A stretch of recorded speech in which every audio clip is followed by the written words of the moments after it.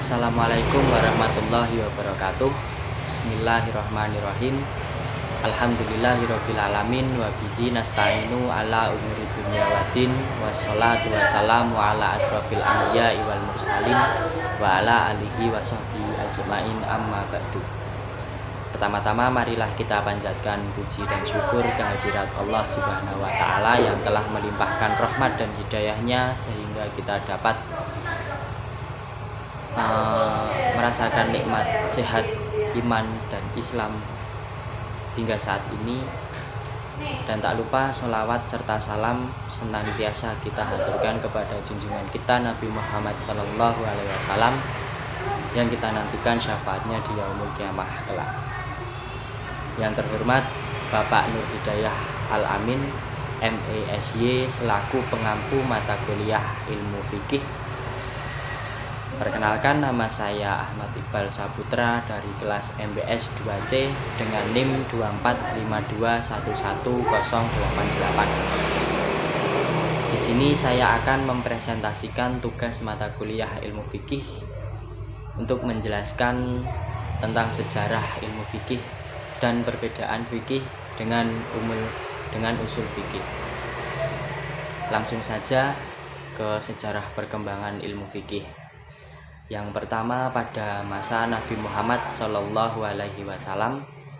Pada masa ini hukum Islam bersumber langsung dari wahyu yang diterima Rasulullah. Jika ada masalah, Nabi langsung memberikan solusi berdasarkan Al-Quran atau wahyu yang turun setelahnya. Dengan demikian, hukum Islam di masa ini sangat jelas dan tidak ada perbedaan pendapat. Yang kedua, ada pada masa Khulafaur Rasyidin. Setelah Nabi wafat, muncul berbagai persoalan baru yang belum dijelaskan secara langsung dalam Al-Quran atau hadis. Para sahabat seperti Abu Bakar, Umar, Utsman, dan Ali menggunakan ijtihad dalam menentukan hukum dengan mempertimbangkan kemaslahatan umum. 3. Masa mazhab fikih. Pada abad kedua hingga keempat Hijriah, ilmu fikih berkembang pesat dan mulai dimodifikasikan oleh para ulama dalam bentuk mazhab-mazhab fikih. Mazhab-mazhab ini memiliki metode yang berbeda dalam menggali hukum, seperti mazhab Hanafi yang lebih mengutamakan logika dalam ijtihad. Ada mazhab Maliki yang berpegang teguh pada praktik penduduk Madinah. Ada mazhab Syafi'i yang mengombinasikan hadis dengan metode qiyas, dan ada juga mazhab Hambali yang lebih mengutamakan hadis sebagai sumber utama hukum. Yang keempat, ada pada masa klasik hingga modern saat ini. Seiring perkembangan zaman, fikih terus mengalami perubahan. Tantangan globalisasi, teknologi, dan perubahan sosial membuat para ulama harus melakukan ijtihad baru agar hukum Islam tetap relevan dengan kebutuhan masyarakat hingga saat ini.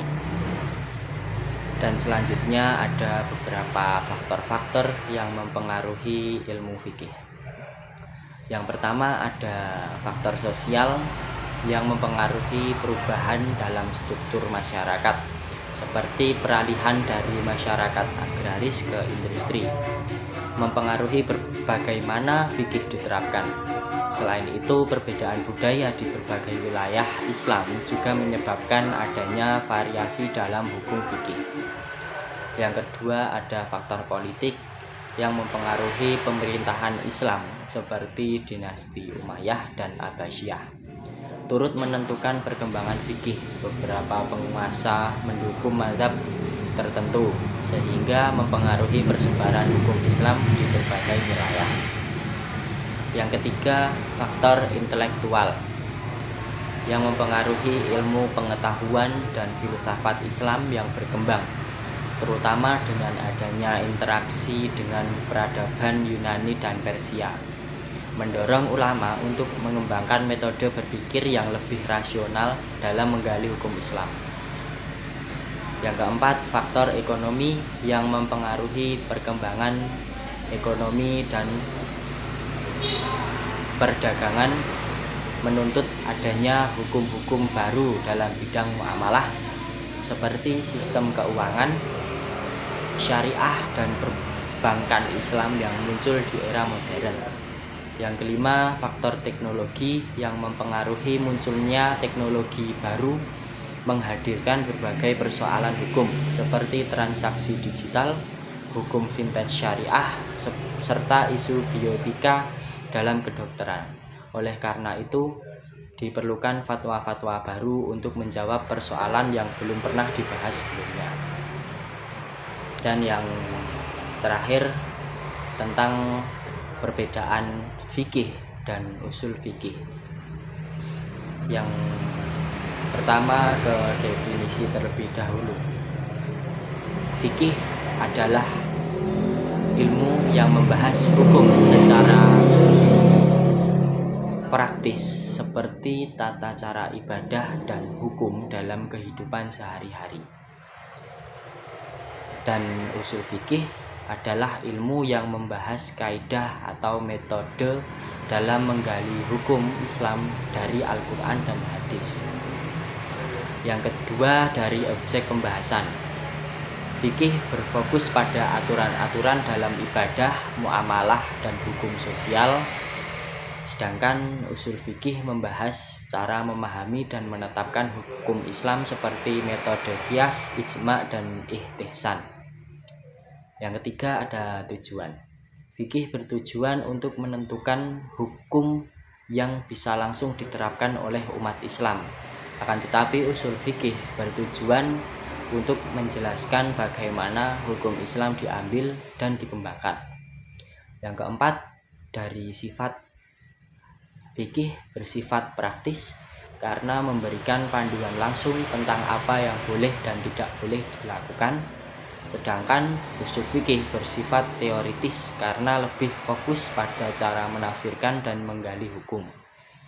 Dan yang kelima, terakhir, dari asal usul ilmu. Fikih berkembang melalui hasil ijtihad para sahabat dan ulama dari berbagai mazhab. Sedangkan usul fikih mulai disusun secara sistematis oleh Imam Syafi'i dalam kitab Ar-Risalah yang menjadi dasar dalam memahami hukum Islam. Dan cukup sekian yang dapat saya sampaikan, kurang lebihnya mohon maaf. Wassalamualaikum warahmatullahi wabarakatuh.